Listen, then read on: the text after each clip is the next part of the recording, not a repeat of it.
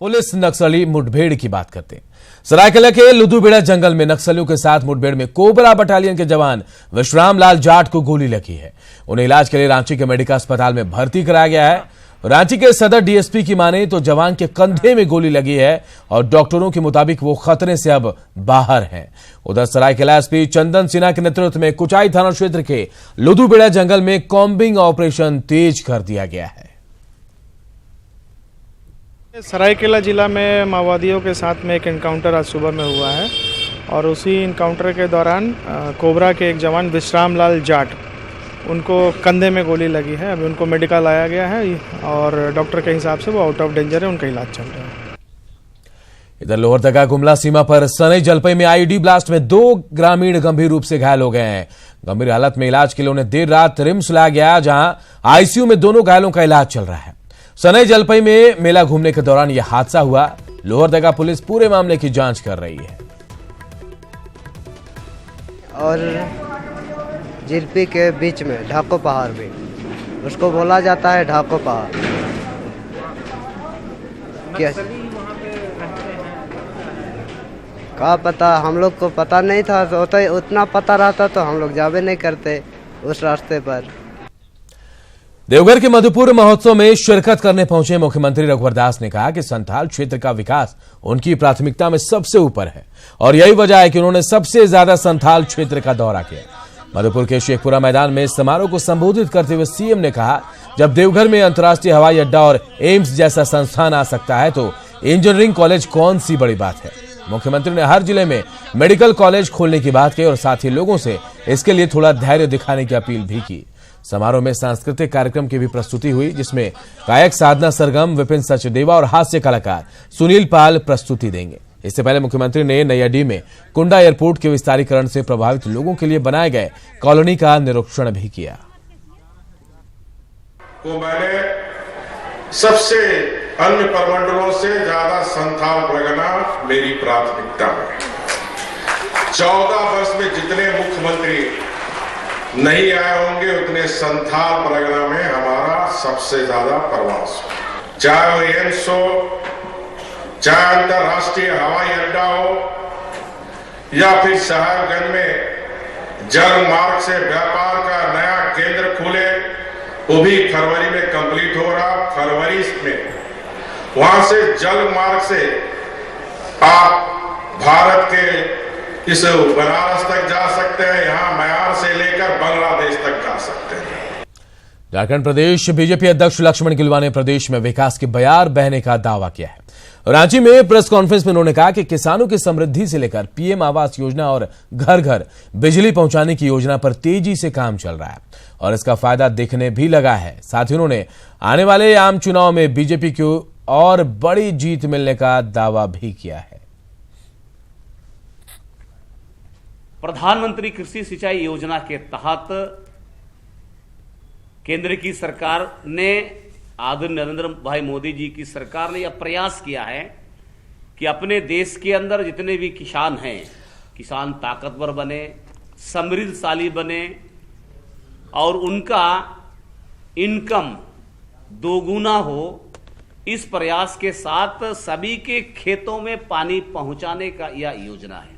आज प्रसन्नता यह होता है कि अधिकतर गांव में हमने प्रधानमंत्री आवास योजना के तहत घर देने का काम किया और झारखंड प्रदेश में तो यह भी हमारा संकल्प है कि 2022 नहीं 2020 तक में हम सभी गरीबों का घर, जो बेघर है, उसको हम पक्का मकान दे करके हम उसको समर्पित करेंगे। प्रत्येक गांव में बिजली पहुंच गई है, लेकिन कुछ जगह थोड़ी बहुत दिक्कत है। हम लोग ने, सरकार ने कमिटमेंट भी किया है कि फरवरी मार्च तक जो बचे गांव हैं, बचे घर है, वहां तक बिजली हम पहुंचा देंगे। और इस काम में बड़ा तेज गति से जब गांव तरफ देखेंगे तो कहीं खंबा गड़ रहा हो, खंबा कहीं रोड के किनारे में गिरा हो, तार गिरा हो, या पर कई तार जोड़ने का कार्यक्रम चल रहा है। इसलिए थोड़ा 1-2 महीना समय मिल जाएगा तो प्रत्येक घरों में बिजली की तार खींच करके वहां बिजली जला दी जाएगी। भारतीय जनता पार्टी 2019 की लोकसभा चुनाव में 2014 की सीटों को बढ़ा करके और उससे ज्यादा बड़ी जीत के साथ 2019 में उतरेगी। भारतीय जनता पार्टी की एक एक कार्यकर्ताओं ने संकल्प लिया है कि बड़ी जीत होगी, 2014 से भी बड़ी जीत। और झारखंड सरकार ने आर्थिक रूप से पिछड़े सामान्य वर्ग के लोगों को सरकारी नौकरी और शिक्षण संस्थानों में 10% आरक्षण की व्यवस्था लागू कर दी है। इसके साथ ही गुजरात और तेलंगाना के बाद झारखंड सवर्णों को आरक्षण देने वाला तीसरा राज्य बन गया है। सामान्य वर्ग को 10% आरक्षण की यह व्यवस्था 15 जनवरी 2019 के बाद होने वाली सरकारी नौकरियां या शिक्षण संस्थान में शुरू होने वाले नामांकन में लागू होगी। झारखंड के मुख्यमंत्री रघुवर दास ने ट्वीट कर इसकी जानकारी देते हुए प्रधानमंत्री नरेंद्र मोदी को इसके लिए बधाई भी दी है। और आर्थिक आधार पर सवर्णों को 10% आरक्षण लागू किए जाने का राज्य सरकार के फैसले का कांग्रेस ने स्वागत किया है। झारखंड पार्टी के प्रवक्ता आलोक दुबे ने कहा कि आरक्षण से संबंधित केंद्र सरकार का यह फैसला चुनाव को देखते हुए लिया गया है। ये कितना सफल रहता है, ये देखने वाली बात होगी। सरकार द्वारा 10% गरीबों को आरक्षण देने के निर्णय का हम स्वागत करते हैं, लेकिन ये जो भारतीय जनता पार्टी कहती है कि ये सवर्णों के लिए आरक्षण है, तो ये भ्रामक प्रचार है। ये सामान्य जाति के सभी संप्रदाय, सभी धर्म के मानने वाले जो गरीब हैं, जिनको जो आरक्षण से वंचित हैं, उनके लिए लाया गया यह विधेयक है। क्योंकि ये कितना सफल हो पाएगा, ये देखने वाली बात है। 10% आरक्षण कितना लोगों को मिल पाएगा, ये समझने की बात है। जेएमएम ने सवर्ण आरक्षण पर सैद्धांतिक तौर पर सहमति जताते हुए इसमें कई विसंगतियां गिनाई है। रांची में जेएमएम महासचिव सुप्रिया भट्टाचार्य ने कहा कि इस कानून के तहत 67,000 रुपए मासिक कमाने वाला निर्धन है, जबकि 2.5 लाख रुपए सालाना कमाने वाले को इनकम टैक्स भरना पड़ता है।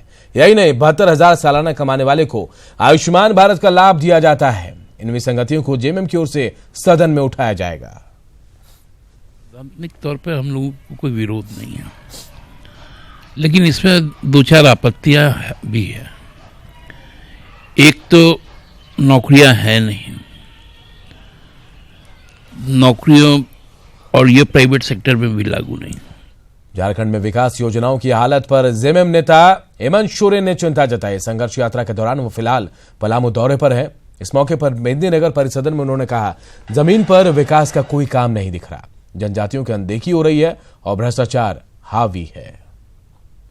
आदिम जनजाति को जो हम लोगों ने कानून बनाया था कि उनके घर में अनाज पहुंचा के सरकार को देना है, वो कोई भी काम नहीं हो रहा है। मनरेगा योजना के तहत जो रोजगार देने की बात है, वो कहीं नहीं दी जा रही है और लोगों को ठगा जा रहा है। जेवीएम के प्रधान महासचिव प्रदीप यादव ने कहा कि देश हित में कांग्रेस और राज्य हित में जेएमएम का नेतृत्व उन्हें स्वीकार है। प्रदीप यादव के मुताबिक सभी विपक्षी दल मिलकर एक मजबूत गठबंधन बनाएंगे, इससे बीजेपी को हराया जा सकता है। स्तर पर जब चुनाव हो, लोकसभा के चुनाव होगा, तो यह स्वाभाविक है कि कांग्रेस बड़ी पार्टी है, उसके नेतृत्व में लड़ना चाहिए। राहुल जी के नेतृत्व से झारखंड विकास मोर्चा को थोड़ा भी परहेज नहीं है, हम सब उसके समर्थक हैं। और इस राज्य की राजनीति में जो सबसे बड़े दल हैं, झारखंड मुक्ति मोर्चा, उसके हाथ में नेतृत्व रहे और हेमंत सोरेन के नेतृत्व से भी हमें कोई परहेज नहीं है। बीजेपी के राज्यसभा सांसद समीर उरांव ने झारखंड में भी एनआरसी लागू करने की मांग की। उन्होंने कहा, सरकार इसे लेकर काम कर रही है। समीर उरांव ने पाकुड़ में अमित शाह के दौरे की तैयारियों की समीक्षा भी की।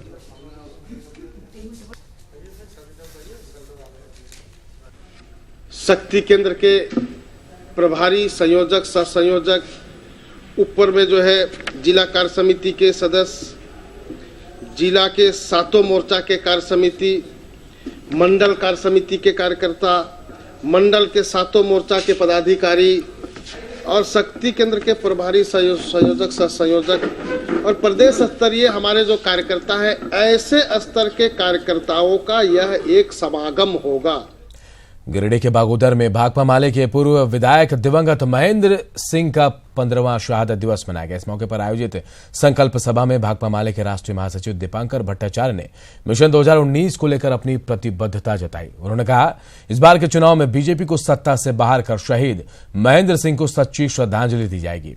इसके साथ ही दीपंकर भट्टाचार्य ने एक बार फिर साफ कर दिया कि कोडरमा सीट से उनकी ही पार्टी का प्रत्याशी चुनाव मैदान में उतरेगा। शहादत है, मैं समझता हूं कि आज उस शहादत से ऊर्जा लेकर के 2019 के चुनाव में झारखंड से लेकर के पूरे देश में देश के लोकतांत्रिक ताकतें इस बार भाजपा की सफाया कर देंगी और महेंद्र जी के लिए सच्ची श्रद्धांजलि है और उनकी जिंदगी से, उनकी विरासत से हमारे लिए सच्ची प्रेरणा है। झारखंड में मेडिकल प्रोटेक्शन एक्ट लागू करने को लेकर झासा आईएमए और रिम्स जेडीए के प्रतिनिधिमंडल ने राजभवन में राज्यपाल द्रौपदी मुर्मू से मुलाकात की। साथ ही मांगों को लेकर उन्हें ज्ञापन भी सौंपा गया है। डॉक्टरों का कहना है कि मेडिकल प्रोटेक्शन एक्ट से न सिर्फ डॉक्टर सुरक्षित होंगे बल्कि अस्पताल में इलाज करा रहे रोगियों का भी भला होगा। मेडिकल प्रोटेक्शन एक्ट को जल्द से जल्द इंप्लीमेंट करने के लिए अपना रिक्वेस्ट मैम के सामने रखा और इनके सारे किन परिस्थितियों में किस किस तरह से ये पिछले 11 साल से ये सदन के पटल तक पहुंचा और उसके बाद वापस किसी कारणवश ये नहीं पास हो सका।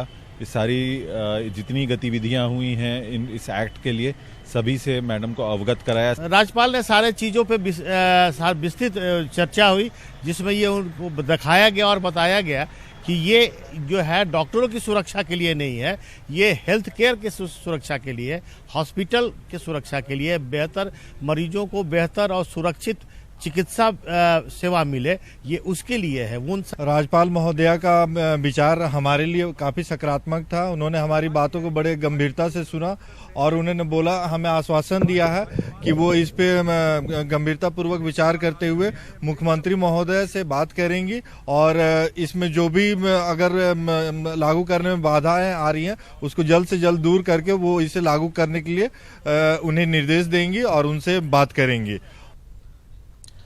रांची के प्रोजेक्ट भवन में मुख्य सचिव सुधीर त्रिपाठी के साथ झारखंड प्रशासनिक सेवा संघ के सदस्यों की वार्ता खत्म हो गई है। वार्ता को जासा ने सकारात्मक बताया। बैठक में मुख्य सचिव ने उनकी मांगों पर सकारात्मक रुख दिखाया और साथ ही उनकी मुख्यमंत्री के साथ बैठक कराने का आश्वासन दिया है। हालांकि जासा सदस्य 20 जनवरी तक काला बिल्ला लगाकर काम करते रहेंगे। गौरतलब है कि प्रमोशन समेत कई मांगों को लेकर जासा सदस्य आंदोलन कर रहे हैं। मुख्य सचिव से हमारी सारी 15 मांगों पर बहुत विस्तार से वार्ता हुई, जिसमें अपर मुख्य सचिव कार्मिक भी थे और प्रधान सचिव गृह भी थे। एक एक मांगों पर बड़ा विस्तार से वार्ता हुई। उनका रुख बहुत सकारात्मक है। लगभग सभी मांगों पर वो सहमत हैं। केवल वेतन विसंगति के मामले में वो वित्त विभाग का से वार्ता उनकी अभी शायद चल रही है, वो उस पर वो बहुत क्लियर कट कुछ नहीं बोल सके हैं। आदिवासी बहुल गुमला में सैकड़ों जोड़े शादी की आस लिए लिव इन रिलेशन में रहने को मजबूर है। ऐसे कई जोड़ों के बच्चे भी हो गए हैं। पति पत्नी की तरह साथ तो है, लेकिन शादी की कसक आज भी सालती है। इससे पहले कि हम आपको कुछ बताएं, पहले आप इन जोड़ों को देखिए। ये जोड़े आज एक दूसरे के साथ बेहद खुश हैं। लिव इन में रहने वाली ये वो जोड़े हैं जो पैसों के अभाव में बिना शादी किए साथ रहने को मजबूर हैं। और गुमला में ऐसे सैकड़ों जोड़े हैं जो आज गरीबी और पैसों के अभाव में बिना शादी किए साथ रह रहे हैं। कईयों के तो बच्चे भी हो गए, लेकिन शादी की कसक आज भी इनके मन को कचोटती है। हम लोग चाहें कि शादी करें, लेकिन हम लोग के पास पैसा के अभाव से नहीं कर पाए। फिर शादी करेंगे तो अपने दोस्तों को पार्टी देंगे सोचे थे, लेकिन वो भी नहीं हो पाया पैसा के चलते।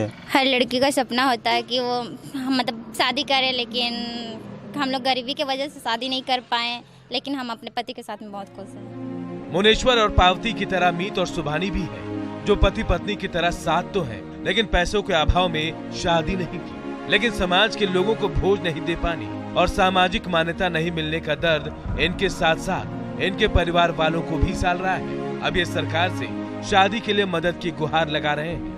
2017 में मिले थे। किसे? इससे। हाँ, फिर घर लेके आए, फिर रखे हैं। अभी तक शादी उदी नहीं किए हैं क्योंकि पैसा का कमी है।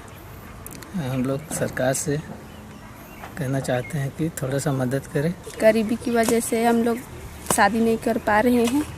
पैसा नहीं है, तो हम लोग सरकार से चाहते हैं कि सरकार कुछ हम लोग के लिए मदद करे ताकि हम लोग अपने समाज में अच्छे तरीके से शादी कर सकेंगे।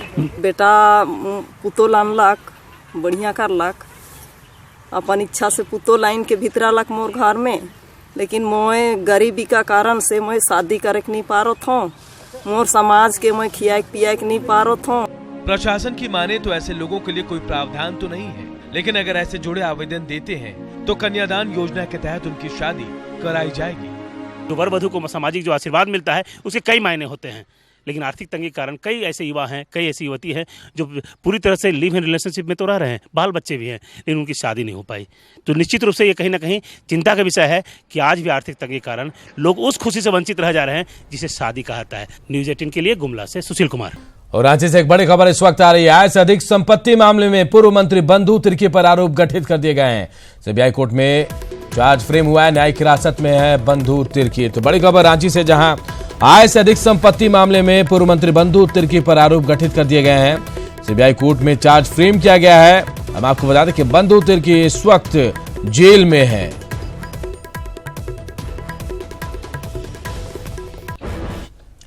राजधानी रांची के अरगोड़ा से जाने वाली सड़क पर ना तो स्पीड ब्रेकर है और ना ही कहीं पुलिस की बैरिकेडिंग दिखती है। इस मार्ग पर पुंदाग टीओपी की स्थापना जरूर की गई, लेकिन उसका काम भी लापरवाही जैसा है।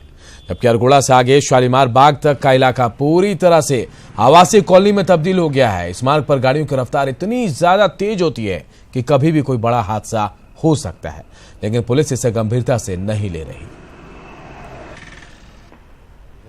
और इसके लिए तो पीसीआर वैन और जो भी है लगा हुआ रहता है हर समय, और चेकिंग चलते रहता है। और स्पीड के लिए तो ब्रेकर लगाना मेन होता है, और इसके बारे में ज़्यादा कुछ के लिए तो रोड का जो होता है स्पीड ब्रेकर लगाना चाहिए। रांची के अटल स्मृति वेंडर मार्केट के उद्घाटन के बावजूद अब तक फुटपाथी दुकानदारों को यहां दुकान नहीं मिल सकी है। हालांकि रांची नगर निगम ने दुकान आवंटन के लिए दुकानदारों की कमेटी के साथ कई बैठकें की। इसमें 200 से ज्यादा आपत्तियां दर्ज की गई है। ऐसे में आवंटन की प्रक्रिया रुकी है। रांची नगर निगम ने आपत्ति जल्द ही दूर करने की बात कही है। के वेंडर्स थे उनको जो देने की बात है, तो हम लोगों ने उनका सिलेक्शन भी किया था टीवीसी के माध्यम से, लेकिन 200 के आसपास उसमें आपत्तियां पड़ गई हैं। तो उन आपत्तियों की जांच के लिए पुनः टीवीसी की बैठक करके उनके मेंबर्स को पूरी कमेटी को दिया गया है। जब वो जांच करके देंगे तो उसके बाद अलॉटमेंट की प्रक्रिया शुरू होगी। और जब से आंध्र प्रदेश से आने वाली मछलियों में फार्मेलिन पाए जाने की बात सामने आ रही है, उससे लोग सजग हो गए हैं। पहले बिहार और में आंध्र की मछलियों पर रोक लगाए जाने के बाद झारखंड में भी आंध्रा की मछलियों पर रोक लगाने की कवायद शुरू हो गई। आंध्रा की मछलियों पर बैन की खबर से रांची के मछली विक्रेताओं को भी नुकसान हो रहा है। ग्राहक आंध्रा की मछली खरीदना नहीं चाहते और मछली विक्रेताओं ने स्टॉक जमा कर रखा है, लिहाजा कम दाम में ही इन मछलियों को अब बेचना पड़ रहा है। असर पड़ेगा, यहाँ जितना भी अपना बेरोजगार तो ये सब का तो क्या करेंगे, अपना माल तो नहीं ना फंसाएंगे जी। प्रिंट मीडिया, सोशल मीडिया सारा चीज़ों को देख रहे हैं, तो उसमें जो हम लोग को चेतावनी दी जा रही है कि जिंदा और ताज़ी मछली खरीदिए, इसलिए हम लोग प्रेफरेंस दे रहे हैं जिंदा और ताज़ी मछलियों को ही, ना कि वो जो आंध्रा केरला वाली जो रासायनिक वाली जो आती है मछली, उनको हम लोग प्रिविलेज नहीं दे रहे हैं। साहिबगंज में गंगा पुल के निर्माण से जुड़ी सारी अड़चनें दूर हो गई हैं। ऐसे में निर्माण कार्य जल्द ही शुरू होने की उम्मीद जताई जा रही है। रिपोर्ट देखिए। साहेबगंज और मनिहारी के बीच कई सालों से प्रस्तावित गंगा पुल का निर्माण जल्द शुरू होने की उम्मीद जगी है। प्रधानमंत्री नरेंद्र मोदी ने साल 2016 में इसका शिलान्यास किया था, लेकिन भारत और चीन की 2 कंस्ट्रक्शन कंपनियों के बीच मतभेद के चलते निर्माण कार्य अटका हुआ था। हाल में केंद्र सरकार ने इन अड़चनों को दूर करने की पहल की है, जबकि कांग्रेस ने निर्माण में देरी को चुनावी मुद्दा बनाने की बात कह रही है। गंगा पुल का निर्माण के लिए शिलान्यास आज माननीय प्रधानमंत्री आज 1 साल से पहले कर चुके हैं, लेकिन आज तक शुरू नहीं हुआ। और जहां तक हमें जानकारी है कि वो शुरू होने वाला नहीं है, बल्कि बाकी सारी क्लियरेंस हो गए हैं। सिर्फ फाइनेंशियल क्लोजर की दिक्कत है, वो इस 15 दिन में हो जाएगा और मार्च तक काम शुरू होने का पूरा उम्मीद है। राजमहल के बीजेपी विधायक अनंत ओझा ने हाल में पलामू दौरे में पीएम मोदी को गंगा पुल निर्माण से जुड़ी समस्याओं की जानकारी दी थी। इसके बाद केंद्र सरकार ने इस पर गंभीर कदम उठाया, तब जाकर दोनों कंपनियों के बीच करार से जुड़े अड़चनों को दूर करने की पहल की गई। अब जल्द ही निर्माण शुरू होने की उम्मीद है। कुछ तकनीकी कारण से जो 2 कंपनियों का ज्वाइंट वेंचर में जिनको ठेका मिला था, उन कंपनियों का कुछ आपसी कुछ तकनीकी कठिनाई के कारण वो कार्य नहीं हो पाया। मुझे लगता है कि शीघ्र ही वो तकनीकी जो अड़चन है उसको दूर करके और वो कार्य प्रारंभ होगा। बहरहाल उम्मीद की जानी चाहिए कि साहेबगंज से मनिहारी के बीच गंगा नदी पर जल्द ही पुल निर्माण का कार्य शुरू होगा और दोनों राज्यों के बीच की दूरी कम होगी। निशांत कुमार, न्यूज 18, साहेबगंज।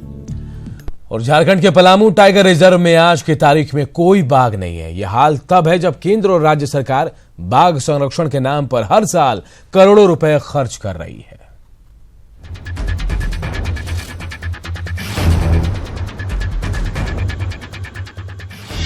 वन से गायब वनराज, झारखंड से नाराज टाइगर, बेतला में एक भी बाघ नहीं। झारखंड में अब एक भी बाघ नहीं है।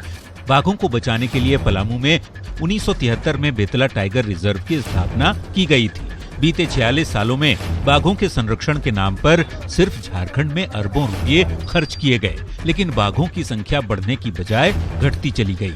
अब हाल ये है कि झारखंड में एक भी बाघ नहीं है। अभी तो बाघ यहाँ नहीं है, हम तो जान रहे हैं। ऐसे वो लोग कुछ लोग जानते होंगे तो जाने, इसलिए कि हम लोग को पता है। हम लोग जहाँ बाघ रहता है वहाँ खुद हम लोग हाथी लेके जाते हैं। वहाँ ड्यूटी करता है हनुमान, वही लोग हम लोग को गारंटी कॉल करता है। मान लेते कॉल नहीं हो रहा, लेकिन उसका पागमार्ट तो मिलना चाहिए, तो मिल नहीं रहा है। आखिर बेतला से कहां गए बाघ? क्या बाघों का तस्करों ने किया शिकार? जंगल में अतिक्रमण से भागे बाघ। अब बेतला बाघों के लिए सेफ जगह नहीं। झारखंड में बाघों के लिए बेतला टाइगर रिजर्व की स्थापना की गई थी। यहाँ बाघों को कोई दिक्कत न हो इसकी व्यवस्था की गई थी, लेकिन इसके बाद भी वनराज यहाँ नहीं ठहरे। पर्यावरण के जानकार लोगों का कहना है कि वन क्षेत्र में ग्रामीणों के बढ़ते दखल और वनों के लगातार कटाई से बाघ यहाँ से पलायन को मजबूर हुए। देखिए, फेल होने का कारण क्या है कि एक तो आबादी बढ़ी है, उसका दायरा छोटा होता गया। अगर बाघ का दायरा छोटा होता जाएगा, क्योंकि बहुत बड़े एरिया का राजा होता है, करीबन 100 स्क्वायर किलोमीटर तक का एरिया उसका क्षेत्र होता है, और उसको खाने पीने का साधन नहीं मिलेगा तो वो यहाँ नहीं रहेगा। मालिक आएगा भी तो चला जाएगा वो। तो कहीं ना कहीं उस तरह का क्षेत्र अभी आपके पास नहीं है, क्योंकि आप देखिएगा पलामू वगैरह का बहुत बड़ा क्षेत्र गांव वगैरह बस गया, एकदम इंक्रोच कर गया है। बेतला टाइगर रिजर्व के कोर और बफर एरिया से बाघों के गायब होने से वन विभाग चिंतित है। विभाग के अधिकारियों का कहना है कि बेतला के बाघ फिलहाल छत्तीसगढ़ के जंगल में चले गए हैं। बरसात तक वो वापस आ जाएंगे। अभी अगर आज के दिन में पूछिएगा तो आज के दिन में इनका कोई हमको ये नहीं मिल रहा है साक्ष्य। आज मतलब ये संभवतः हम लोगों का आकलन ये है कि ये लोग छत्तीसगढ़ की तरफ यहाँ जो डिस्टर्बेंस है उसके चलते माइग्रेट किए हैं, और हम हर साल होते रहता है। झारखंड के जंगल से बाघ तब गायब हो गए हैं जबकि इनके संरक्षण के लिए 2017-18 में 30 करोड़ रुपए से ज्यादा राशि खर्च हुई। विभाग ने कोर्ट में हलफनामा देकर कहा है कि बाघ बेतला से छत्तीसगढ़ चले गए हैं। 1973 में बेतला में 123 बाघ थे। टाइगर रिजर्व बनने के बाद यहाँ बाघों की संख्या बढ़ने के बदले घटती ही चली गई, और 46 साल बाद इस टाइगर रिजर्व में अब कोई बाघ नहीं है। ऐसा क्यों हुआ, इस पर सरकार को गंभीरता से विचार करना चाहिए, क्योंकि इकोसिस्टम के लिए बाघों का धरती पर रहना बेहद जरूरी है। पलामू से नीलकमल, लातेहार से विकास के साथ रांची से न्यूज 18 के लिए उपेंद्र कुमार की रिपोर्ट।